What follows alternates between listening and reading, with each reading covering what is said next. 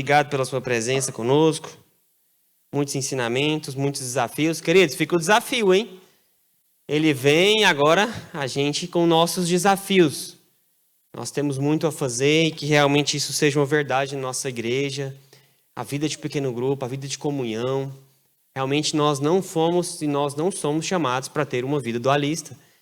A nossa vida no fim de semana, ela reflete no meio de semana e essa comunhão precisa estar sempre presente, porque nós precisamos uns dos outros.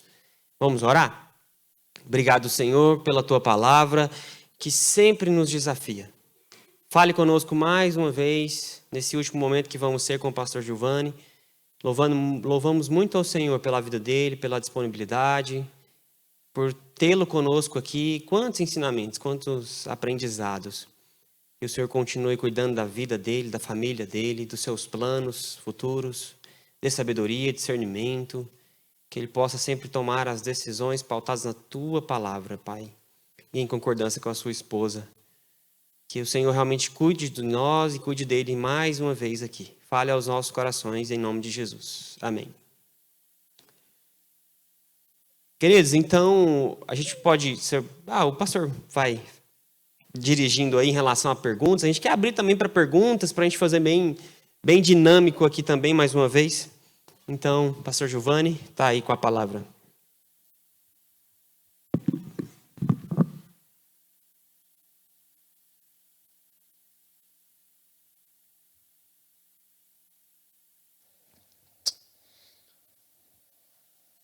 Os que eu ainda não falei, bom dia, né? A graça e a paz do Senhor Jesus. Está sendo um tempo tão bom com vocês aqui esses dias. A gente, quando sai de viagem, a gente é favorecido, né? Com pessoas novas, a gente vê pessoas que a gente já não vê há mais de 20 anos, né? A gente teve o privilégio hoje de encontrar aí algumas pessoas que tinha 20 anos que a gente não encontrava, algumas um pouco mais. Minha água aí, né?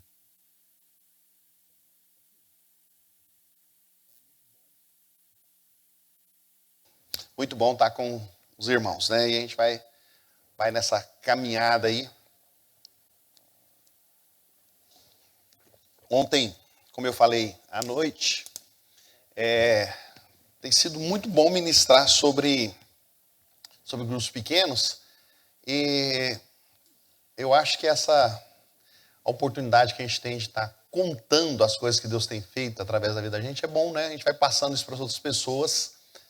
Tem sido bom. Lá em Brasília, a igreja do Gama, a igreja do Gama, a igreja de Ceilândia, do Setoró, a igreja de Águas Claras. 4 igrejas lá em Brasília começaram grupos pequenos através dos cursos que a gente foi ministrando nas igrejas. A gente ia para as igrejas, ministravam o curso, né, sobre fundação de grupos pequenos, já estão funcionando. Alguns há 2, 3 anos, outros começaram agora, recente.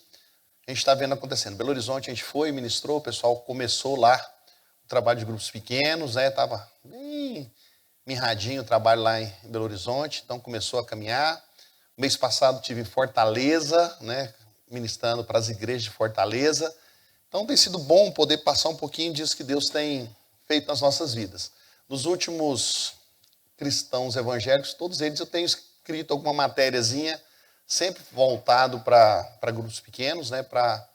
Nessa ideia. Tenho me desdobrado para fazer isso, porque uma das dificuldades que eu tenho, falar para mim é fácil. Agora escrever, aí o negócio é complicado, né? E aí o pessoal colocou que eu tenho que escrever algumas coisas, não tem sido fácil. Ainda bem que eu tenho a Kelly, que depois que eu escrevo, ela vai lá e corrige tudo, né? Minha esposa professora me dá uma ajuda muito grande. Então tem sido um bom tempo. Então, estar com vocês é bom. A gente tem aí um tempinho para gastar com os irmãos. Deixa eu só ter uma ideia. Quantos viram pela internet ou estiveram aqui ontem, só para mim ter uma noção? Levanta a mão.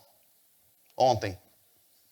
Tá, então a gente tem uma grande maioria que estiveram aqui conosco ontem. Então já dá para mim saber. Eu queria começar, né?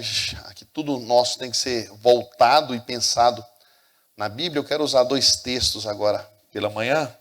O primeiro está lá em Gálatas 2:20. Quero pensar fortalecendo a nossa fé em Cristo Jesus.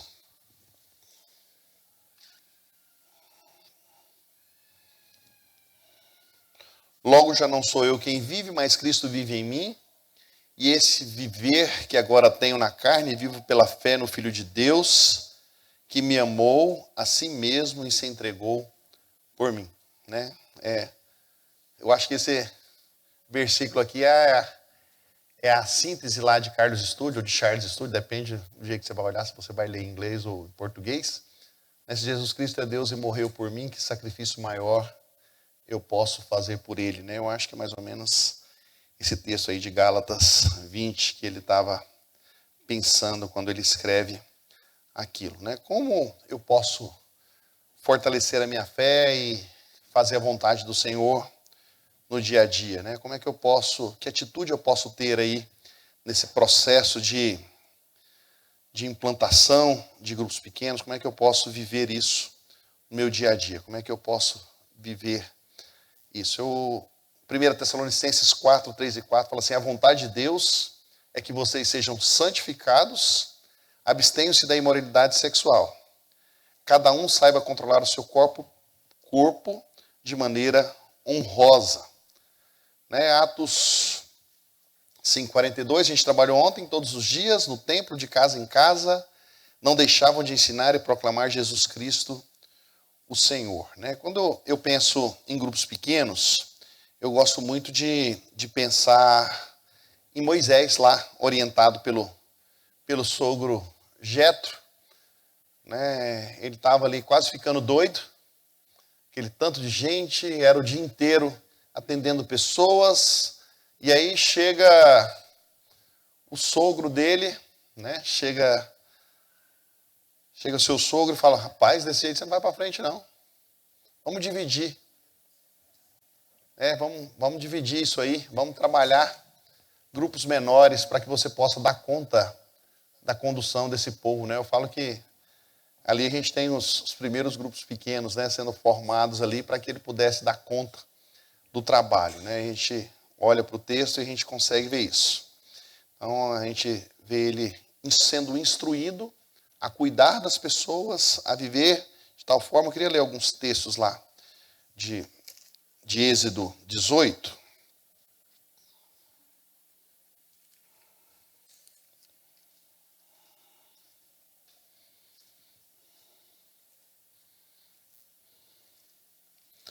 Jetro, sacerdote de Midian, sogro de Moisés, ouviu todas essas coisas que Deus tinha feito por Moisés e por Israel, seu povo. Ouviu como o Senhor havia tirado da terra do Egito.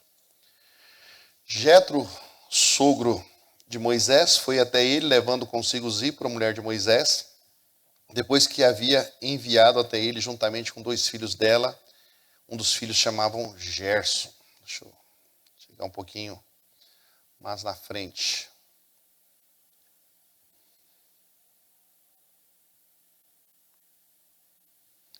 No dia seguinte, verso 12. Jetro, sogro de Moisés, ofereceu um holocausto, sacrifício a Deus. Arão, todos os anciãos de Israel vieram comer com o sogro de Moisés. No dia seguinte, Moisés sentou-se para julgar o povo que estava diante de Moisés e viu tudo o que ele fazia e perguntou: o que é isso que está fazendo? Moisés respondeu ao seu sogro, no verso 15: é porque o povo vem a mim me consultar. O sogro de Moisés, porém, lhe disse: estou pulando, tá?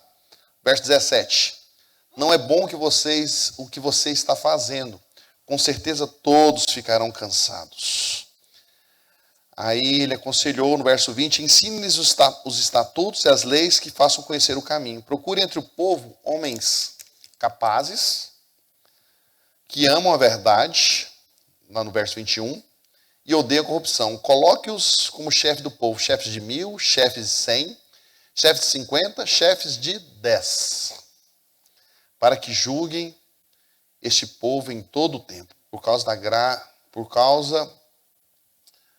para que julguem este povo todo o tempo. Toda causa grave trarão a vocês, mas toda causa pequena eles mesmos julgarão. Então, aquilo que a gente tem falado, né, desde ontem, no grupo pequeno fica tão fácil a gente cuidar das pessoas, as causas graves são trazidas para os pastores, mas a maioria dos problemas são resolvidos dentro do grupo pequeno. O líder do grupo pequeno ajuda o outro, né? Trabalha essa ideia de cuidado o tempo todo. Então isso é muito importante. Então Moisés segue a orientação de Jetro e começa então esse processo. É tão difícil você pastorear uma igreja grande, né? Assim, você não consegue ver todo mundo, aí você perde o controle. No grupo pequeno fica tão fácil, né, você trabalhar isso no dia a dia. As pessoas vão tratando, vão curando, você vai vendo isso. Então, eu faço parte de todos os grupos de WhatsApp de grupo pequeno. Então, a gente tem um grupo da liderança e todos os grupos pequenos têm os seus grupos. Então, todos os dias eu gasto um tempinho do meu dia ver os pedidos de oração que foram colocados. Então, a gente não tem todos os grupos funcionando no mesmo dia, então, de manhã, na hora que eu vou orar, eu falo, deixa eu ver os pedidos de oração. Então, eu já sei até por quem orar. Eu não estava lá, mas como pastor da igreja, eu já posso orar por essa pessoa, posso às vezes ligar, falar, olha, orei por você, né? As pessoas estão precisando só de uma palavra nesse sentido. Então, o grupo pequeno, ele me facilita essa condução. Então, quando eles colocam lá todos os pedidos de oração, toda vez que tem uma reunião, são colocados os pedidos, eu consigo acompanhar os problemas, as dificuldades que as pessoas estão passando. Hoje em dia, a maioria dos nossos pedidos de oração nos grupos pequenos é agradecendo a Deus por que Deus tem feito. Antes era tanto pedido, tanta coisa. Hoje não, Deus tem sido tão bondoso para comigo. Mas de vez em quando vai aparecer alguém com uma necessidade, com um problema, e aí eu sei como chegar até essa pessoa. Então, o grupo pequeno me facilitou a cuidar melhor das minhas ovelhas aí no dia a dia. Então tem sido muito bom isso. A grande, definitiva redenção de Jesus Cristo lá, Jesus é a ponte do Velho para o Novo Testamento. Então Jesus, ele é essa transição aí do cumprimento do Velho e a introdução do Novo Testamento lá em Mateus 9:17, né? Ele trazendo para nós a nova aliança. Então, esse período que se encerra aí do tempo agora, eu, porém, vos digo, né?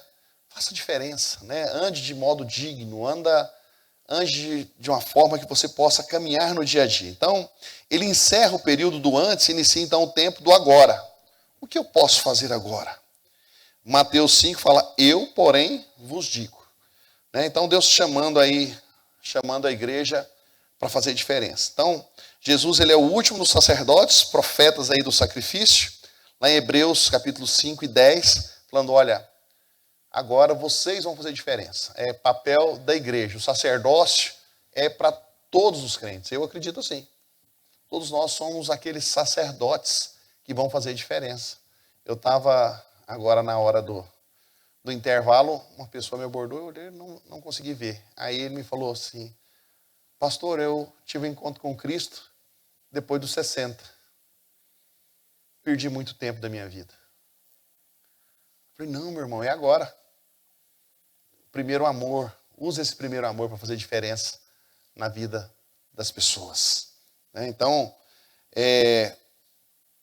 os profetas são chamados então, Jesus entra aí então nos santos dos santos como o maior sacerdote, né? Esse que vai fazer diferença. Então, o nosso sumo sacerdote é Jesus. Nós somos aqueles que fazem diferença no dia a dia. Então, Deus quer usar cada um de nós, né? Deus chama a igreja para fazer diferença. É o sacerdócio real para todos os santos, aqueles que são chamados para ministrar, para cuidar uns dos outros. Então, lá Mateus 27:51 fala que o véu do templo se rasga, o acesso irrestrito acabou. Por isso que eu falo que todos nós temos essa liberdade de orar uns para com os outros, né? De cuidar uns dos outros, de ministrar na vida dos outros, ou seja, o que nos separava de Deus agora foi rasgado de alto a baixo. E aí agora é hora da gente fazer diferença. Às vezes a gente se omite, né? Mas Deus quer usar você, eu, cada um de nós para fazermos diferença aí, né? Então o sacerdócio universal dos crentes, lá em 1 Pedro 2:9, ele trabalha essa ideia também. Um pequeno grupo de comunhão, né? Comunhão, eu acho que cada lugar que eu chego, a nomenclatura de pequenos grupos muda, né? Cada lugar, né? Tem lugar que é GECOI, cada um eles vão inventando tanto nome nos últimos dias. Aí eu gosto muito do PG, né?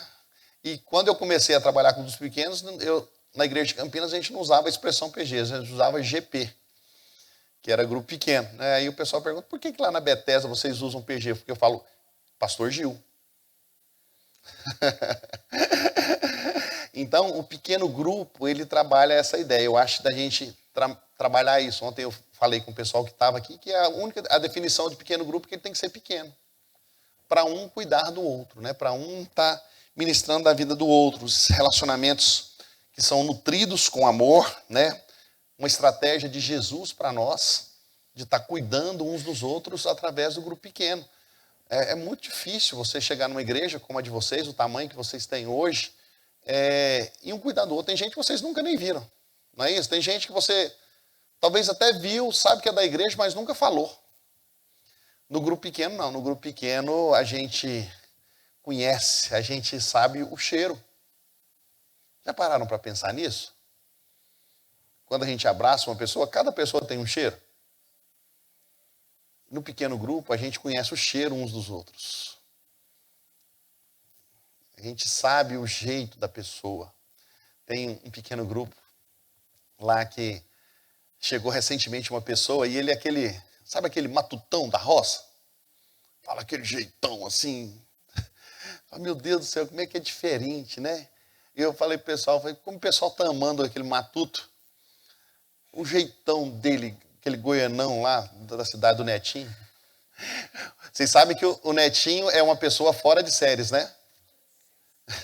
Ele nasceu em séries. Aí quando ele chegou na primeira vez lá na igreja, eu falei, esse menino é um menino fora de séries. Aí o pessoal falou, pastor, como é que o senhor conta uma piada dessa na igreja? Agora ele está mais fora de séries ainda. Ele está aqui em São Paulo, né? Antigamente ele estava lá no Goiás. Mas esse matutão, todo mundo gosta dele, do jeitão dele. Ele chegou para o grupo há pouco tempo, deve ter alguns meses. Aí a gente leva os lanches e tal. E ele agora ficou conhecido como o cara que leva o buraco quente. Já ouviu falar no tal do buraco quente? Pão com carne, né? Vocês usam aqui também essa expressão, né? Então, ele leva lá aquele pão com carne moída. Meu Deus do céu, que coisa boa é aquela. Então, assim, o pequeno grupo, você consegue identificar a pessoa pelo cheiro, pelo jeito, né? Você sente aquele cuidado. Tá lá todo mundo. Eu quase que eu brinquei aqui no final, quando eu dei a bênção apostólica. Se eu estivesse lá na minha igreja, eu ia falar assim, não vai embora sem dar pelo menos 5 abraços. Aí o pessoal brinca e fala assim, pastor, pelo menos o pessoal do meu grupo eu abracei hoje antes de ir embora. É tão legal isso, né, no dia a dia, porque às vezes as pessoas falam, olha, e é a mesma coisa, na igreja só muda o endereço e a cidade, mas é tudo a mesma coisa. Na hora que eu terminei de dar a bênção ali na porta, eu já vi que o pessoal já tinha saído. Tinha outros que antes da oração do pastor Neto, já tinha saído. Então só muda o endereço. Então, assim, é tão bom, né? A gente perde, às vezes, um tempo tão grande como a gente não consegue fazer isso aqui na igreja. Mas no grupo pequeno não tem jeito. Lá você vai pegar na mão de todo mundo, lá você vai abraçar todo mundo, lá você vai ter essa oportunidade de estar perto das pessoas. Então, é lugar de relacionamentos nutridos por amor, né? Estratégia de Jesus. Eu tenho plena convicção disso. Por que às vezes a gente perdeu essa questão de estar junto aí no nosso dia a dia? Aí eu fui um pouquinho lá, dei uma viajada na história da igreja, né? A gente teve um grande retrocesso lá em Constantino, quando ele reúne os líderes do movimento, sutilmente, eu falo que foi usado por Satanás, ele então enclausura as pessoas dentro do monumento, dentro da igreja. Aí as pessoas voltam tudo para dentro da igreja, só o sacerdote fala e pronto, acabou. E aí a gente pegou a mesma sequência, reforma protestante, entramos no mesmo jeito, desse mesmo sistema. Então, nós iniciamos lá em Constantino um casamento que eu falo que é ilícito, né? Um casamento aí com filho de Deus com filho de Satanás, com a filha de Satanás. Né? Inicia o casamento, então, de igreja e Estado. Ele está aqui do meu lado, aqui, me cochichando aqui, tô falando do meu resumo aqui não, pai. Então ele inicia esse casamento ilícito lá. Então Jesus ele havia rasgado o véu, como eu falei no início. O que Constantino faz? Costura o véu novamente.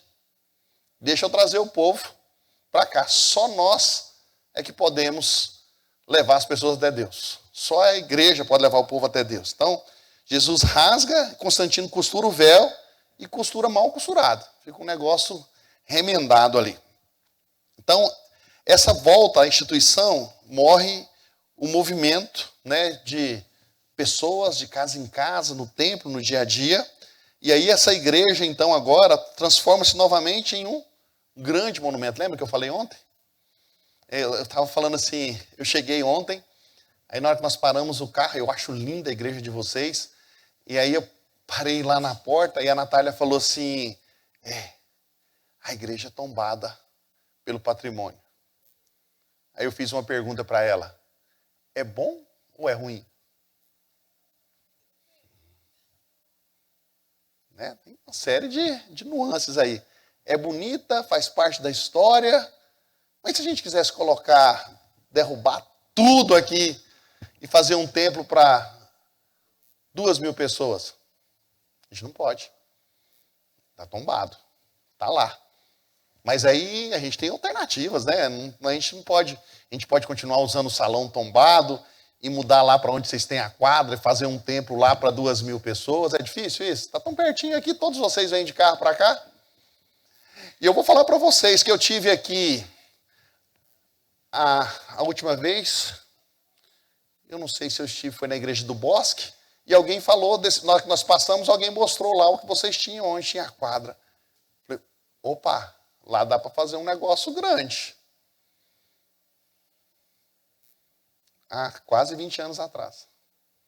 Então, meus queridos, o problema é que a gente fica muitas vezes voltado, a gente coloca, o Jeremias Pereira, ele usa uma expressão, a gente colocou a nossa cabeça dentro de uma caixinha. Daí a gente fica dentro da caixinha e acha que é só aqui. E a gente precisa parar de ter culto aqui? Não, a gente pode ter culto aqui, a gente pode ter um grande local de ajuntamento lá, a gente pode ter um grupo menor reunindo aqui nesse lugar. Então são tantas coisas que a gente pode... Minha cabeça ela não para, né? Vocês viram, né? A gente vai... Então são situações que a gente vai colocando no nosso dia a dia que a gente consegue... O que eu preciso sempre é pensar em vidas. Aonde que eu consigo colocar mais gente? É só isso, mais nada. Não estou preocupado com aquela placa lá de 1916, e eu falo muito bem dela, né, porque ela é que dá a nossa história. Mas e agora para frente? Como é que a gente vai pensar? Como é que vai ser isso? Então, o grupo pequeno, né? Nós vamos continuar aqui, pastor, aqui tá bom demais. E eu não descarto isso, é legal demais. Mas vamos fazer o culto nós temos o culto da manhã, nós temos a escola dominical agora. Que hora começa o culto? 7? 6h15. Vamos jogar o culto das 6h15 para 7h30, para a gente começar um outro culto às 5 horas da tarde, às 17 horas. Mas nós temos que ter espaço. Igreja que não tem espaço, ela para de crescer. Não, isso aí é fato. Qualquer lugar que você for, acabou o espaço, as pessoas não vão diminuindo. Agora, o nosso templo agora cabe em torno de umas 550 pessoas, nós já não temos espaço mais. Eu pensei, vou começar o segundo culto. Dividi a metade do pessoal, uma turma vem às 5, a outra chega 7h30 para o culto mais tarde. A gente deixa esse mais cedo para a turma mais de meia idade como a gente, né, ir para frente, e deixa o outro para a moçada. Aí agora nós já começamos a construir o segundo galpão. Aí o segundo galpão, fazendo ele com a recepção, com a entrada que a gente quer ter, com café, com livraria, com as coisas que a gente tem, a gente vai tomar um pedaço do salão, porque a gente quer também que as pessoas sintam-se bem na igreja. Aí, falei, vamos... E a ideia de aumentar o tempo era para daqui 2 anos. Como 2 domingos atrás a gente viu que já não estava cabendo mais, falei, vamos começar. Já vamos fazer direto? Vamos emendar logo tudo? E aí agora vai caber entre 850 e 900 pessoas no novo salão quando a gente terminar. A gente não sabe quando a gente vai começar. A gente está no iniciozinho, as colunas já estão prontas e tudo. Mas aí o pessoal falou assim, mas é pequeno, pastor. Achei joia, porque o pessoal está começando a comprar a visão. Pastor, mas é pequeno. 950 lugares. Falei, tá. Mas quando a gente chegar nos 950, nós temos a possibilidade de fazer 2 cultos. Então, a gente precisa ter espaço para as pessoas chegarem. E o grupo pequeno, ele vai nos ajudando isso. Então, a volta à instituição, morre esse movimento, né? De casa em casa, a igreja avançando, crescendo. O esquema fica pesado, fica ineficaz. Então, você gerir uma igreja com mais de 100 membros, sem grupo pequeno, é uma coisa muito difícil, é um negócio muito ruim. As pessoas vêm na igreja, mas não têm vida com Deus. E aí talvez essa tenha sido o meu grande sofrimento. A pessoa vir para a igreja no domingo, escutar uma mensagem, e durante a semana ser uma água rala, sem vida com Deus, meus queridos. O crente ele tem que ser diferente, a palavra dele tem que ser sim, sim, não, não. A gente pega os crentes nesses dias, as pessoas, uma vida muito superficial, não tem vida com Deus no dia a dia. Tem gente que não sabe de um crente que está lá 50 anos na igreja, que o cara é crente, trabalha do lado dele na mesma mesa. Não tem alguma coisa errada? Vocês concordam comigo que tem alguma coisa errada com isso? Eu não me esqueço,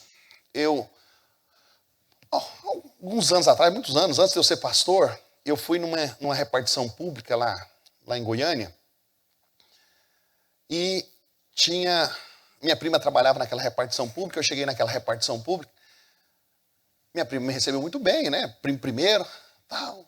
Ela ficava num lugar lá. De repente passou um homem, que ele era diácono da minha igreja. Era um cara que eu olhava todo domingo. Nossa, mas falava assim, gente, esse homem é demais. Que pessoa é esse homem, né? Porque na igreja ele tinha uma postura, ele era aquele cara muito certinho, né? Naquela época era igual aqui, né? Usava terno o tempo todo da igreja, né? Os diáconos já esperavam a gente lá, de terno e gravata, na Cristã de Campinas. E aí a minha prima, e aí eu ia falar, ele é diácono da minha igreja. Antes de eu falar, ele passou e me cumprimentou. Aí a minha prima falou, você conhece esse cavalo? Eu falei, como assim? Aqui, ninguém gosta desse homem. Esse homem é o cão em pessoa. E eu nem falei que ele era da minha igreja. E caladinho. E comecei a observar aquele homem em casa, né, assim, nos locais fora da igreja. Aquele homem era outra pessoa. Isso eu estou contando uma história antiga. Meus queridos, mas hoje, eu tenho visto isso tanto nas igrejas. As pessoas estão dentro da igreja e não têm vida com Deus, vida de santidade. Nos últimos anos, Deus tem colocado no meu coração, eu tenho pregado sempre sermões expositivos, mas o que a Bíblia mais bate em nós é a questão de vida com Deus, de santidade de vida. E nós precisamos ser santos o tempo inteiro. Não pode ser só no domingo, não pode ser só na porta da igreja, tem que ser em qualquer lugar que a gente entra. E aí a gente está entrando meio que de sola, né? Quem joga futebol entende isso, aquela entrada assim mesmo, que é para roubar a bola mesmo. Fala, nós não aceitamos isso aqui. E aí nos grupos pequenos a gente bate nessa tecla. Algumas coisas simples da vida que as pessoas vão deixando no dia a dia, no grupo pequeno a gente trabalha. Então, eu falo que nas nossas igrejas da ICEB, uma das coisas que a gente perdeu muito foi a questão de falar de dinheiro. Né? Então, a gente fala muito pouco de dinheiro. E muitas pessoas acham que não precisa entregar dízimo, acham que não precisa dar oferta, porque a gente fala pouco. O pastor da ICEB, ele é ruim nisso. Eu sou o pior deles. Mas com um grupo pequeno, isso se tornou algo tão interessante. Às vezes, então, a gente, no sermão, está lá falando sobre dízimo. Durante a semana, o pessoal senta em grupo pequeno e vão discutir sobre dízimo, se é bíblico, se não é. É um negócio que vai tomando proporções que às vezes a gente não entende. Por quê? Porque lá no grupo pequeno foi ensinado que o dízimo e a oferta é algo que todo crente precisa fazer. Então, essa questão de mentira, meu Deus do céu, entre os crentes é algo parece tão natural, né? Algumas pessoas, algumas certas profissões, as pessoas colocaram isso como algo natural. Não pode, o crente não pode mentir. O crente tem que falar a verdade o tempo inteiro, ele tem que ser honesto em qualquer negócio que ele for fazer. Não tem jeitinho para nós crentes. E aí o grupo pequeno, quando a gente fala, vai discutir, bate nesse negócio, e o pessoal então está buscando santidade de vida. Então eu acho que isso é algo muito importante para nós no nosso dia a dia, né? A gente trabalhar essa ideia. Então, lá, Constantino deixa a estrutura pesada, tudo nas costas do sacerdote, né? Roma e Constantinopla, então, por fim, fica só Roma lá, quando muda tudo para lá, e a gente pegou isso e trouxe para os nossos dias, a gente carrega isso ainda hoje. Então, eu acho que nós precisamos de uma transição. Vocês já estão transicionando já há alguns anos, né? Tem quantos anos, Ali, que começou os grupos pequenos? 5? Hã? Não, quando que começou aqui o primeiro grupo pequeno? Tem muito tempo. Então, ou seja, vocês já estão fazendo parte dessa transição, né? Nós estamos nessa história aí de ver as coisas mudando. Lembram que ontem eu citei lá nesse movimento que a igreja ela é capaz de resistir à perseguição, penetrar o mundo, equipar os santos, mudar a sociedade, adorar a Deus e edificar a si mesmo e treinar líderes. Então, no pequeno grupo a gente consegue fazer isso. Quando a gente olha para a igreja, a gente vê essa mudança de atitude em algumas situações. Lá em Atos 17, 21, ele trabalha a ideia de um vinho especial, a presença de Cristo. Né? Os odres especiais era a comunidade de grupos que se reuniam dia a dia, né? Grupos pequenos, grupos grandes. Então, eu falo o tempo todo, né? A necessidade de virmos à igreja, de cultuarmos ao Senhor em conjunto. É muito bom, é muito importante, nós não podemos perder isso nunca. A Bíblia, ela sempre trabalha isso, a questão da adoração, né? Em conjunto. Então, esse momento juntos aqui, a gente precisa de espaço para a gente ter esses momentos de cultuar ao Senhor, de adorar ao Senhor juntos. É tão bom, né, ver o pessoal aqui do louvor tocando, né, a estrutura.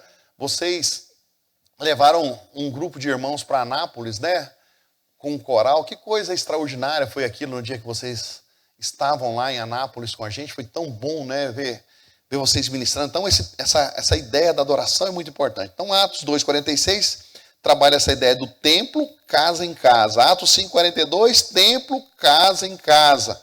Atos 20:20, publicamente, casa em casa. Então, por isso que a gente tem reforçado isso. É muito bom que os grupos pequenos funcionem nos nossos lares, né? No Novo Testamento, a gente tem, sobre as igrejas, em pequenos grupos, a gente vê na casa de Jasão em Tessalônica, lá em Atos 17, 5, 9.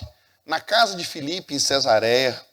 Na casa de Lídia, em Filipos, a casa de Áquila e Priscila, lá em 16, 3, 5, a casa do carcereiro em Filipos. Então, meus irmãos, a gente sempre vê essas chamadas, textos bíblicos, trazendo para nós essa expressão, né? Então, quando a gente olha nessa perspectiva teológica, a igreja, nós precisamos olhar nessa perspectiva de como nós podemos nos expressar para a comunidade, né? Essa perspectiva de olhar para Deus. Deus criou o homem à sua imagem e à sua semelhança. Lutero, ele usa uma expressão interessante. Ele fala assim: Deus criou o homem à sua imagem e semelhança. E aí Lutero fala assim, diz que Deus criou a sua semelhança para relacionamentos. Então, nós precisamos nos relacionar uns com os outros. E às vezes a gente chega aqui, vai embora, não fala com ninguém, não conhece ninguém. Eu falo muito isso lá na igreja, né? Eu falei hoje, né, que adolescente vem para a igreja, não é por causa de Jesus, ele vem para a igreja por causa dos amigos, e no processo ele tem um encontro com Cristo. Então, a importância de ter os amigos adolescentes, a juventude, gente, jovem que fica sozinho, vai indo, ele se isola. Nós estamos vivendo num mundo onde a gente está tentando, a maioria das pessoas foram para dentro das suas casas agora, trabalham à distância. Algo terrível está acontecendo na humanidade, as pessoas se isolaram. Por que tem muita gente que nem vem para a igreja domingo? Porque ele trabalha a semana inteira sozinho. Vou juntar com gente no domingo? Que coisa doida é essa? Não quero não. Então as pessoas estão se afastando das pessoas. E Deus criou o homem para relacionamento. Então, casais precisam de amigos casados. Jovens precisam de amigos jovens. Pessoas mais maduras precisam de amigos maduros da mesma faixa de etária. É tão jóia isso, né? Eu como pastor, eu vou entrando, né? Tudo quanto é meio, né? Eu estou lá no PG dos casais, estou no pessoal de mais velho, mas aonde que é o lugar que eu mais me sinto bem? É meu grupo de amigos que a gente tem a mesma idade. As mulheres têm a mesma idade da minha esposa, os meus amigos a gente tem a mesma idade, a gente pensa em conjunto, a gente viaja junto, né? Aquele grupo que está sempre ali, unido. Então nós somos criados para relacionamentos. Né? A gente precisa estar junto aí no dia a dia. Então um grupo pequeno ele proporciona esse relacionamento de tal forma que você fica unido. Então nós temos um grupo de amigos lá na nossa igreja que a gente sempre viaja junto. Né? Tudo quanto é lugar. Nós fizemos uma viagem há 3 anos atrás, nós viemos para cá, para Ubatuba. Gente, todo mundo junto com os filhos, que coisa boa, né? Alugamos uma pousada inteira, né? Era para vir só 4 casais, no final a gente fechou a pousada. Terminou lá, e agora o que nós vamos fazer, pastor? Vamos para Campos do Jordão. Subimos todo mundo a serra, fomos para Campos do Jordão. Então, e a gente está ali sempre junto, aquela turma, mas a gente tem essa amizade, essa confiança um com o outro. O grupo pequeno, ele gera isso. Lá na igreja é muito comum, né? Os grupos pequenos, dá final de ano, está todo mundo planejando os passeios, um vai jantar na casa do outro, um vai estar junto. Então, um grupo pequeno, ele proporciona isso para nós. Às vezes a gente fala, não, é só para crescer na palavra. Não, é relacionamento. Relacionamento a gente cresce em todas as áreas da nossa vida.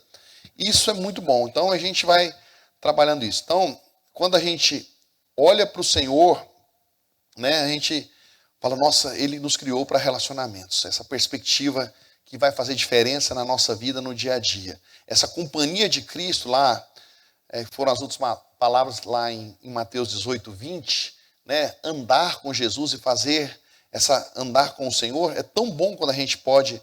Deixa eu ler para vocês aqui.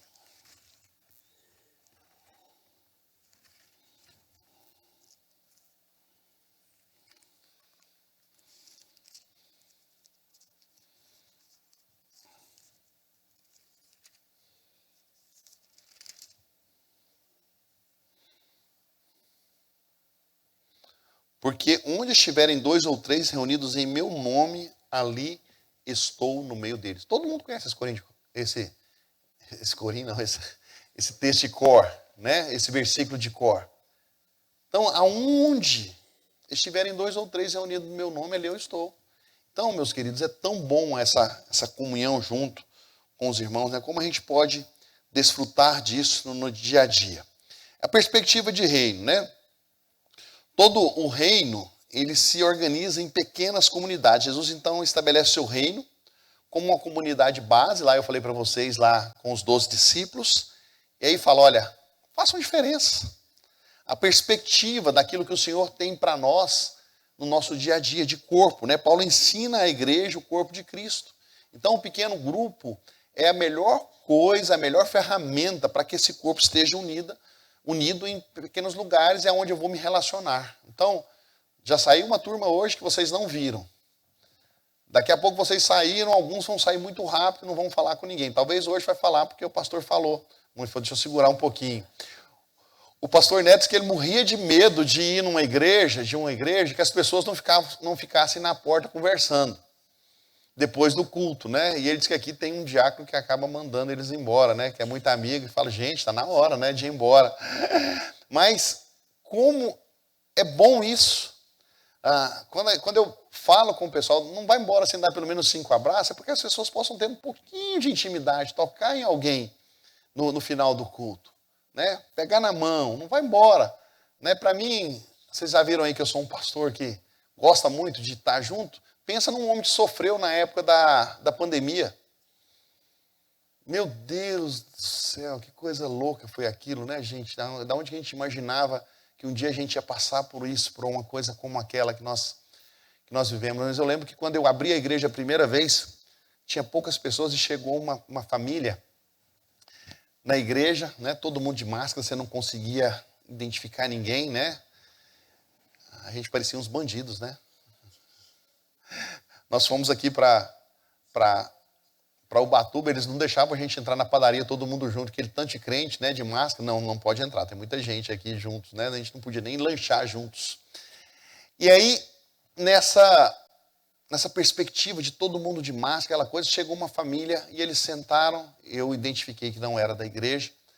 A hora que acabou o culto, eles saíram correndo e eu corri também para pegá-los. Então, eu falo que nós precisamos ser atletas. Eu estou gordinho assim, desse jeito, esses dias, mas eu pedalo muito, né? Nos últimos tempos eu já fui 2 vezes para Pirenópolis, né? 100 quilômetros pedalando, fui para Goiás Velho, 300 quilômetros pedalando. Então eu gosto muito dessas atividades, né? Eu gosto muito de esporte. É uma das coisas que esqueci até de falar, né? Que nós temos um ministério lá do mountain bike, então a gente faz umas viagens legais. Ano que vem é do ano que vem, se alguém tiver disposto aí, a gente vai sair da porta da igreja Cristã Evangélica Bethesda, nós vamos para Aruanã, 500 quilômetros, né? Então são alguns desafios que a gente tem aí no dia a dia. Mas, aí deixa eu só terminar de contar a história desse homem e eu vou contar uma história da bicicleta para vocês. O casal saiu correndo e eu saí correndo atrás dele. Quando eles iam sair do estacionamento, entrei na frente do carro. Aí eles pararam o carro. Aí eu falei, baixa o vidro. Aí eu afastei, porque era pandemia, né, gente? Eu também tomava cuidado. Aí falei, eram pai, mãe e 2 filhas. Eu afastei um pouquinho mais, falei, agora vocês 4 tirem a máscara para mim ver vocês. Eles tiraram a máscara. Aí eu falei para o homem, você se importa de colocar a máscara e descer do carro para mim te dar um abraço? Você vai me dar um abraço? Vou.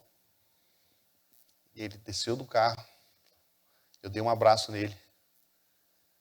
Nós 2 estávamos de máscara. Ele voltou para dentro do carro. E aí ele conta a história. Que coisa extraordinária foi aquele dia. Nunca mais saíram da igreja, são meus líderes lá de famílias hoje. Mas às vezes a gente perde muito disso no dia a dia, com coisinhas pequenas, né, que vão trazendo. Na pandemia, eu não podia ir para o gabinete, eu não podia atender ninguém. Eu andava de bicicleta desde criança. Normalmente, fazia pedal de 1, 2 quilômetros, era o que eu fazia. Na época da minha adolescência, eu ia para o trabalho e voltava de bicicleta, ia para a escola e voltava de bicicleta, mas nunca fui um ciclista. Na pandemia, alguém falou, vamos andar de bicicleta? Eu falei, como é que é esse negócio aí de andar de bicicleta? Vamos andar aí 10 quilômetros. Aí começamos a andar esses 10 quilômetros, depois virou 20, virou 30, virou 40. E eu troquei o meu gabinete pastoral, onde eu fazia aconselhamento, pelo banco da bicicleta. A minha igreja ela foi sendo motivada e restaurada, eu em cima da bicicleta. Eu estava aqui com uma pessoa e ela começava a contar, está muito difícil lá em casa, pastor.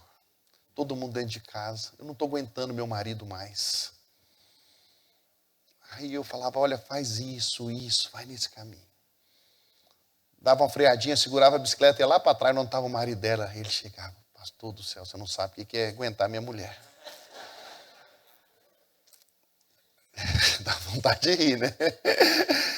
E aí eu falava, olha, mas Jesus manda você amar e tal, ia cuidando. Então, assim, foi um tempo, meus irmãos, de ver os milagres de Deus acontecendo. No meio da pandemia, a nossa igreja cresceu.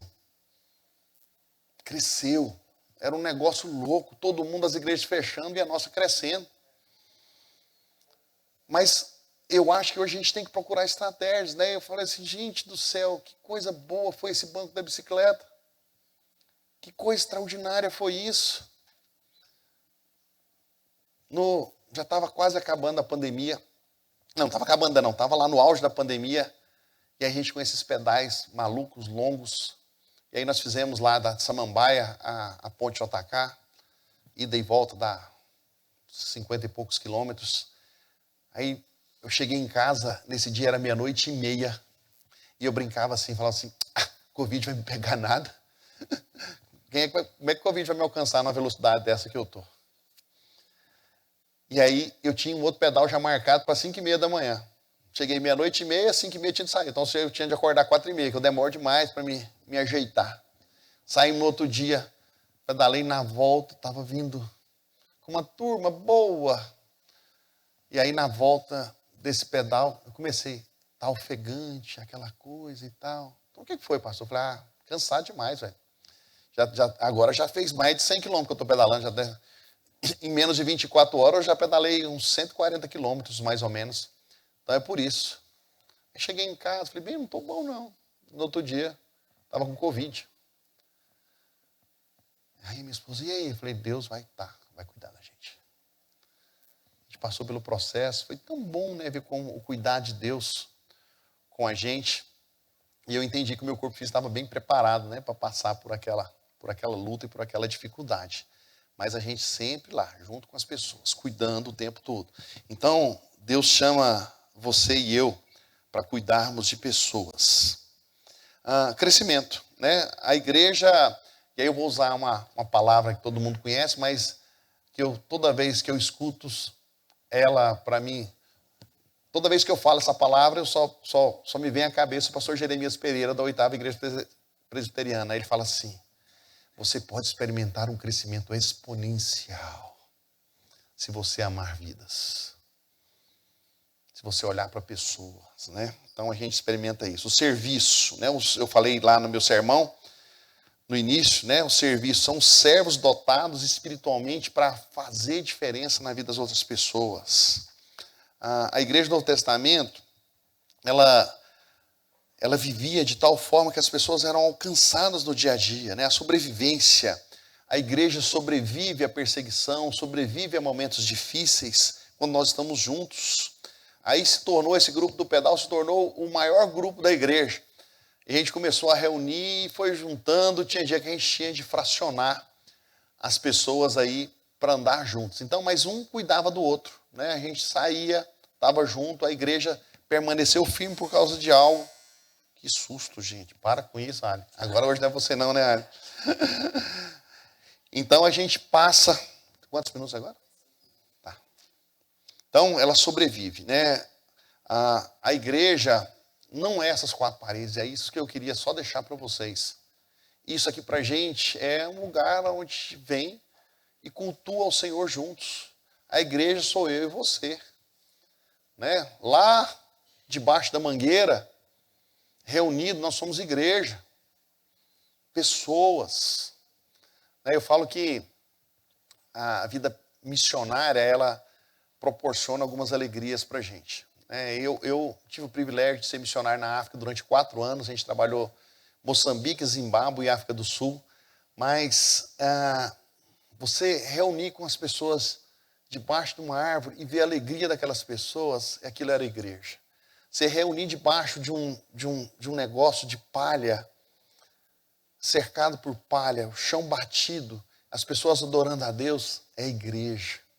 Você cultuar a Deus num local com a telha de lata, baixinha e eu muito grande, né? Quase batia a cabeça lá naquele lugar, naquele sol escaldante da África, aquilo é igreja.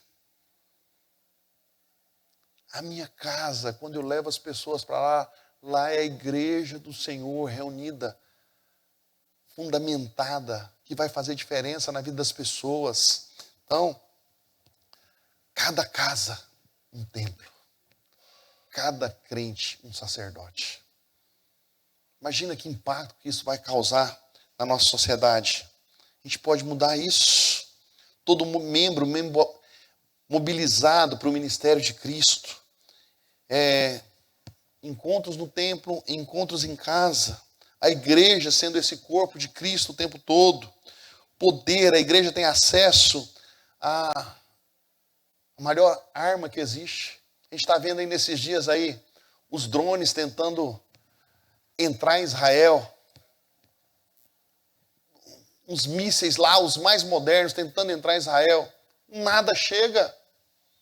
Por quê? Porque Israel tem um poderio ali, um armamento, um negócio lá que chama um escudo. E não entra. Nós temos o melhor armamento da terra, meus irmãos. Nós temos o poder de Deus. E o poder de Deus que habita em nós é capaz de entrar no coração das pessoas mais perdidas que estão aí fora. O maior armamento que existe na terra está conosco, que é o poder do alto.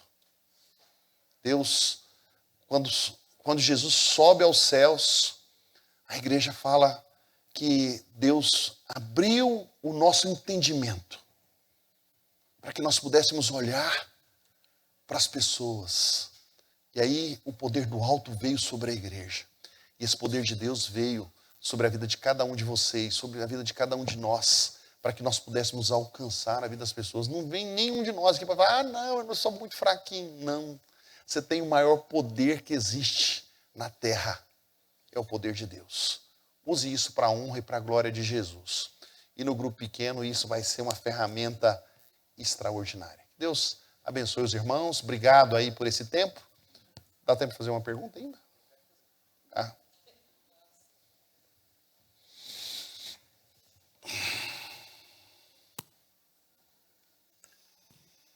Pastor, por que o senhor tem tanta convicção que é semanal e como que a gente pode implantar isso aqui?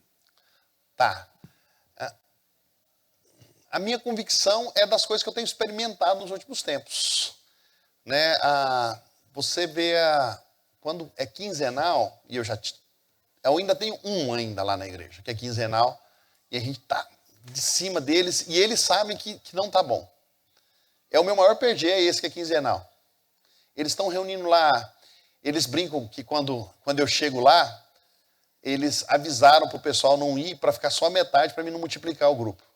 Porque esse quinzenal ele não quer multiplicar, ele não quer... Aí eles não têm compromisso, então, por exemplo, são 40 pessoas inscritas já nesse pequeno grupo.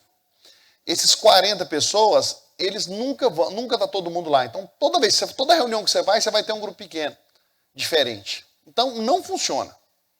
O líder sabe disso, é um dos meus presbíteros, e aí vai mudar agora, eles já entenderam que eles têm que ir. Então, assim, a experiência da gente tem sido essa. Quando ele é quinzenal, as pessoas não têm compromisso de ir, né? Você não tem aquele afinco, aquilo que eu falei ontem pela manhã, as pessoas vão no dia que der certo, né?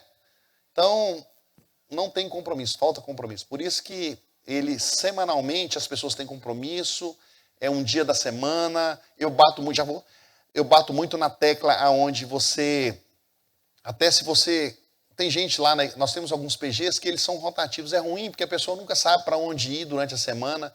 Quando ele é fixo, ele é mais fácil de você saber, não, toda semana eu tenho um compromisso em tal lugar, tal hora. Aí ela, pode deixar o microfone com ela aí já. Ela. Então, fica mais fácil você fazer. Então, eles semanalmente, as pessoas têm mais compromisso umas com as outras.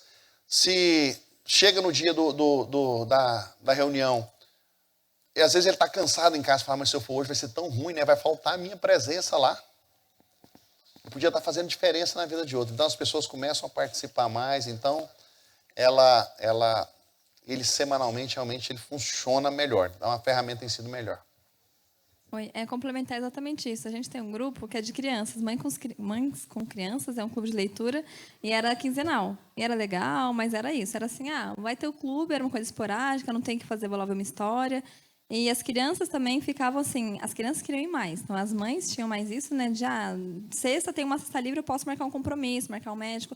E as crianças querendo. Daí a gente mudou. No próximo ano, falou, não, agora vai ser semanal para ver se diminui a distância. Porque a criança também, se não faz tudo igual, eles, né, ficam mais dispersos. E hoje é muito mais cheio, deu muito mais certo, muito mais compromisso, exatamente isso. Porque sabem que sexta é o dia do clube. Então, sexta é o dia de não fazer nada, é o dia inteiro, a tarde toda. E o compromisso das crianças, elas cobram, não é? Elas sabem que os filhos delas... Quando as mães não podem, os filhos cobram. E já fica marcado, é o nosso dia. Então, realmente faz diferença, isso de ser semanal. Olha. Mais alguém? Já estou com a campainha. Olha lá. O senhor falou desde ontem, né, a importância de desenvolver relacionamentos, né? E como fazer para a igreja entender essa importância de relacionamento? Porque eu acho que esse é o primeiro passo. Porque se ela não entende essa importância de relacionamento, o PG fica mais distante, né? Porque se ela não quer nem relacionamento, aí o PG, ir para um PG é mais difícil, né? Como trabalhar isso com a igreja, não ser a vida cristã não ser só de relacionamento dominical? Aqui vocês usam aquele ditado popular: pedra mole em pedra dura, quanto bate até que fura? Água mole em pedra dura, tanto bate até que fura, tá certo.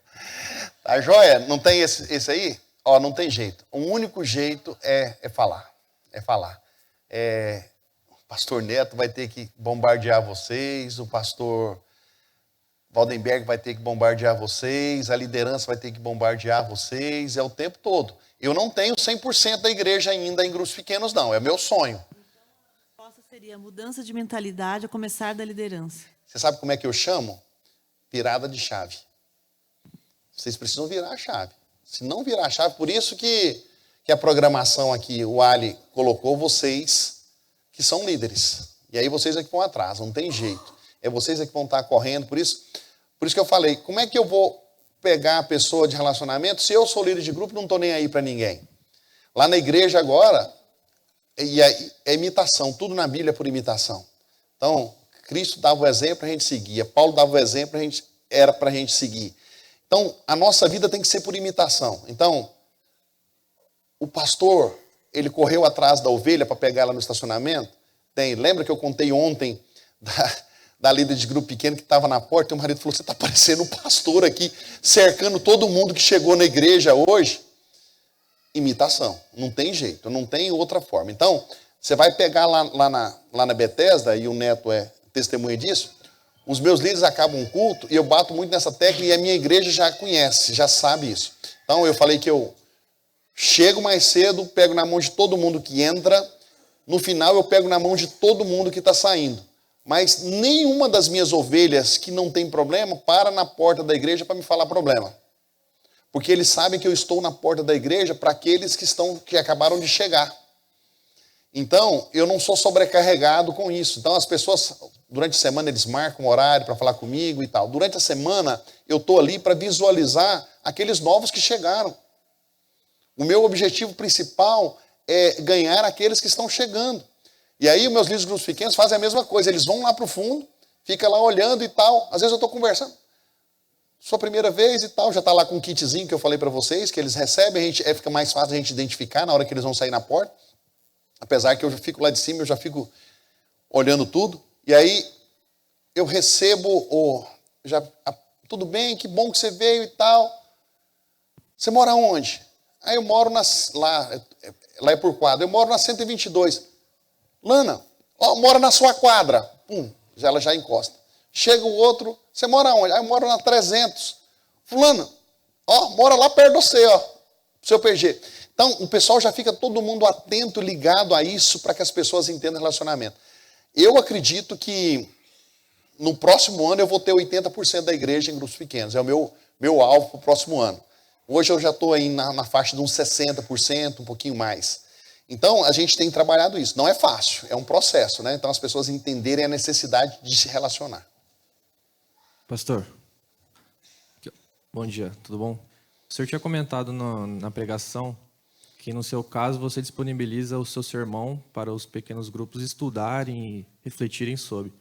Qual a importância da igreja e os PGs estar falando da mesma linguagem, um exemplo, do mesmo estudo, estudando a mesma coisa, ou ter a liberdade do líder levar a própria palavra ou uma ministração diferente? Então, nós não temos problema em relação a isso. Então, como eu falei para vocês, nós temos grupos, a maioria estuda os grupos pequenos. Tem a turma que estuda lá, está estudando Apocalipse e tal, estão pensando nisso. Os homens estão estudando algo voltado para os homens, mas geralmente, como os líderes estão comigo de 15 em 15 dias, a gente fala a mesma linguagem. Então, ele está ali com um livro, uma coisa que ele está dando naquele sentido, mas o norte da vida do grupo é todo ligado com o que o líder recebeu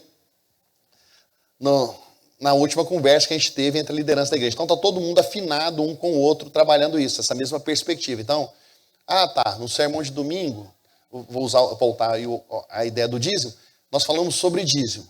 Aí, na reunião minha com os líderes, grupos pequenos, falou, olha, vamos dar uma ênfase nisso, realmente a igreja está muito fraca, né? O dízimo caiu, tá fraco. Tá. A turma que vai falar sobre Apocalipse, ele não vai pegar o sermão de domingo e falar, gente, mas o pastor está batendo muito na ideia da gente ser dizimista fiel, da gente ser ofertante fiel. Tem alguma coisa errada na nossa vida. Ele vai trazer esse tema, querendo ou não. Então, ou seja, está todo mundo interligado um com o outro sem perder esse contato no dia a dia. Então, tudo que eu quero avisar na igreja, vai para as nossas redes sociais, vai para tudo, que hoje funciona muito bem, é uma parte muito boa, mas primeiro vai para os líderes de grupos pequenos. Eu mando para eles, na mesma hora eles já replicam tudo que é colocado. Então a igreja, ela trabalha em conjunto. Pastor Neto, assuma. Obrigado, gente. Queria... vem cá, orar. Hoje à noite eu não vou estar com vocês, mas não vou estar falando.